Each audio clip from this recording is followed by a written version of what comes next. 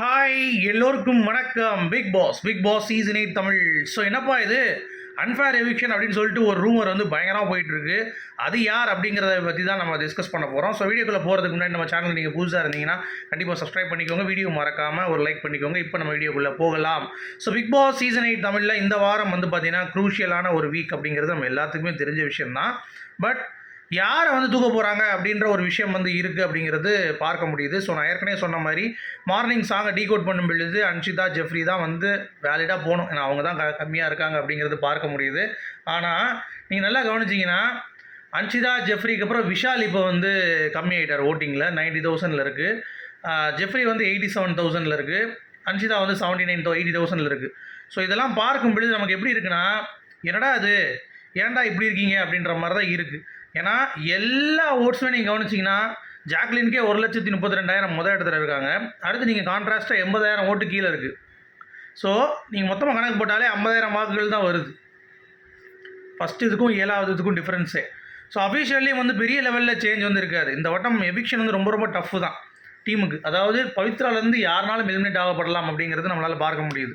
சரியா? பவித்ரா, விஷால், ஜெஃப்ரி, அன்ஷிதா யாருனாலும் போகலாம் அப்படின்ற மாதிரி தான் இருக்குது. ஸோ மொதல் 3 இடங்களில் ரொம்ப ஸ்ட்ராங்காக இருக்கிறது ராணவ், மஞ்சரி அண்ட் ஜாக்லின். அவ்வளோதான். இந்த 3 பேர் தான். அஃபிஷியலையும் வந்து ஜாக்லின், ராணவ் தான் முதல் 2 இடத்துல இருக்காங்கன்னு நம்ம சொல்லியிருந்தோம். மஞ்சரி இருக்காங்க 3வது 4வது இடத்துல, பவித்ரா இருக்காங்கன்ட்டு. ஆனால் இப்போ என்ன நியூஸ் வருதுன்னு பார்த்தீங்கன்னா, பவித்ரா வந்து எவிக்ட் ஆகிட்டாங்க அப்படின்ற மாதிரி வந்து வருது. ஸோ இது வந்து நம்ப தகுந்தபடி இல்லை. கண்டிப்பாக வந்து பார்த்தீங்கன்னா அந்த மாதிரிலாம் இல்லை. ஏன்னா நீங்கள் மார்னிங் சாங்லேயே வந்து க்ளூ கொடுத்துட்டாங்க. அந்த மாதிரி 2 எவிக்ஷன் அப்படின்றத வந்து ஓப்பனாகவே சொல்லி போச்சு. ஏன்னா இன்றைக்கி வந்து எடுக்கலைன்னா 2 எவிக்ஷனு அடுத்த வாரம் ஆளுங்க அதிகமாகிடுவாங்கன்றதுனால பவித்ரா வந்து எவிக்ஷன் ஆகிறதுக்கு வாய்ப்புகள் மிக மிக கம்மி. அப்படி ஆகிட்டாங்கன்னா நிஜமாக அன்ஃபேர் எவிக்ஷன் தான். ஏன்னா பவித்ரா வந்து ஒரு 98 டேஸ் அப்படிங்கிறது என்னுடைய கணக்காக இருந்தது. 98 நாள், அதுக்கு மேலே டாப் 5க்கு வாய்ப்பு இல்லை. பட் 98 டேஸுக்கு ஒரு தகுந்த ஒரு கண்டஸ்டன்ட் தான். ஏன்னா அவங்களுக்கு வந்து பெரிய நெகட்டிவ்ஸ் கிடையாது. சரியா? டாஸ்கில் வந்து நல்லா பண்ணாங்க எல்லாமே. பட் கேப்டன் ஆக முடியல ஒரு தடவை கூட. அது ஒரு பக்கம் இருந்தாலும் உழைப்பு அப்படிங்கிறது வந்து ஒவ்வொரு டாஸ்க்குக்கும் அவங்க பண்ணுற விஷயங்கள்லாம் வந்து பயங்கர ஒரு ஸ்கேல் ஐயா தான் பார்க்க தோணுச்சு. மிச்சவங்க கம்பேர் பண்ணும்பொழுது இப்போ முத்துக்குமரன் கம்பேர் பண்ணும்போதே டாஸ்க் எப்படி அவங்க பண்ணாங்க, ஜாக்லின் கம்பேர் பண்ணும்போது டாஸ்க் எப்படி பண்ணாங்கன்னா, பவித்ரா டாஸ்கோடைய பெர்ஃபார்மன்ஸ் வந்து எல்லாரோடையும் ஸ்கேல் ஹை தான். கேப்டன்சி டாஸ்க் விட்ருங்க, நான் சொல்கிறது இண்டிவிஜுவல் டாஸ்க் கொடுப்பாங்களே வீக்லி டாஸ்க் மாதிரி. அதில் வந்து ஒரு டாஸ்க்லேயும் ஒவ்வொரு பெர்ஃபார்மன்ஸில் அவங்க யூனிக்காக வந்து தெரிஞ்சாங்க. அது மட்டும் இல்லாமல் கருத்து தெரிவிக்க வேண்டிய இடத்துல அவங்களுக்கான வாய்ஸ் அவுட் பண்ணாங்க. பட் நிறைய இடத்துல அவங்க பேசவே இல்லை. அதுதான் வந்து மிகப்பெரிய ஒரு மைனஸாக இருந்தது இந்த ஷோவில். அதுதான் ராணுவுக்கும் மைனஸ். ராணுவும் டாஸ்க் வந்து பார்த்திங்கன்னா ஓரளவுக்கு நல்லா தான் ஆடுறான். அப்படிங்கிறப்ப இந்த விஷயத்தில் தான் பவித்ராவும் சரி ராணுவும் சரி அவங்க 2 பேருமே வந்து வீக்காக இருக்காங்க அப்படிங்கிறது பார்க்க முடிஞ்சிச்சு.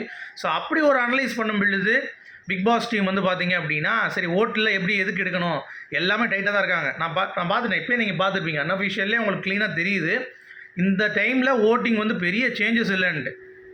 ஸோ டைட்டில் வின்னரும் வந்து பார்த்திங்கன்னா பெருசாக ஒரு ஃபஸ்ட்டுக்கும் செகண்டுக்கும் அவ்வளோ வாக்குகள் வித்தியாசம் அப்படிலாம் இருக்காது இந்த சீசன் பொறுத்த வரைக்கும். ஏன்னா எல்லாம் ஈக்குவலாக தான் ஆடி இருக்காங்க. அப்படிங்கிறப்ப எவிக்ஷனும் வந்து பார்த்திங்கன்னா யாருனாலும் பண்ணலாம் அப்படின்ற அந்த ஒரு மனநிலை தான் இருக்குது.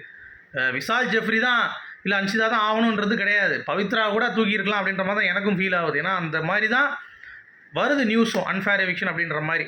சரியா? ஸோ இன்னொன்று என்ன ஒரு பிரச்சனைனா, பவித்ரா கிட்ட அவங்க வந்து சில விஷயங்கள் ரொம்ப ஸ்ட்ராங்காக பேச மாட்டுறாங்க. இன்றைக்கி கூட ஒரு செய்தி வந்து பேசியிருக்காங்க ஜாக்லினை பற்றி. ஜாக்லின் பற்றி ரொம்ப இதாக இருந்துச்சு அவங்களுக்கு. பட் இப்போ வந்து பார்த்திங்கன்னா ஜாக் வந்து எப்படி எதுலேருந்து சுச்சுவேஷன்னாலும் அவன் பார்த்துக்கலாம் அப்படின்ற மாதிரி சொல்லி போயிடுறா. அது ரொம்ப ஸ்ட்ராங்காக இருக்குது அவகிட்ட அப்படின்ற மாதிரி வந்து சொல்கிறாங்க. ஸோ இப்போ முன்னாடியே தெரிஞ்சிருச்சோ அவங்க போகிறாங்க அப்படின்ற மாதிரி நிறைய பேர் கமெண்ட் பண்ணுறாங்க. அந்த வீடியோ டேக் பண்ணி தான் எனக்கு வந்து அமிச்சாங்க. இந்த மாதிரி பாருங்கள் பிரதர், ஜாக்லின் பற்றி எப்பயுமே அவங்க ரொம்ப கான்ஃபிடென்ட்டாக பேச மாட்டாங்க. பட் இப்போ பேசுகிறாங்க. இப்போ ஜாக்லின் வந்து அவகிட்ட எனக்கு ரொம்ப பிடிச்சதே அவள் எந்த விஷயம்னாலும் பார்த்துக்கலாம் அப்படின்ற மாதிரி கடந்து போகிறது தான். அது வந்து ரொம்ப ரொம்ப பிடிச்சிருந்துச்சி அப்படின்ற மாதிரி அவங்க வந்து எப்பயுமே ஜாக்கை வந்து கொஞ்சம் குறை சொல்லிகிட்டு இருந்த ஒருத்தவங்க அவங்கள வந்து பேசுகிறாங்க அப்படின்னு சொல்லிட்டு இருந்தவங்க இப்போ வந்து பார்த்திங்கன்னா டக்குன்னு பாசிட்டிவாக பேசுகிறது அப்படிங்கிறது எவிக்ஷன் ஒருவேளை தெரிஞ்சிருக்கும், உள்ள ஏற்கனவே அறிவிக்கப்பட்டிருக்கா அப்படிங்கிறது தெரியல. ஸோ மேபி அவங்க சேஞ்ச் பண்ணுறாங்களா, ட்ரான்ஸ்ஃபார்ம் பண்ணுறாங்களா அப்படின்ற மாதிரி தெரியல. ஸோ வெயிட் பண்ணி பார்ப்போம்.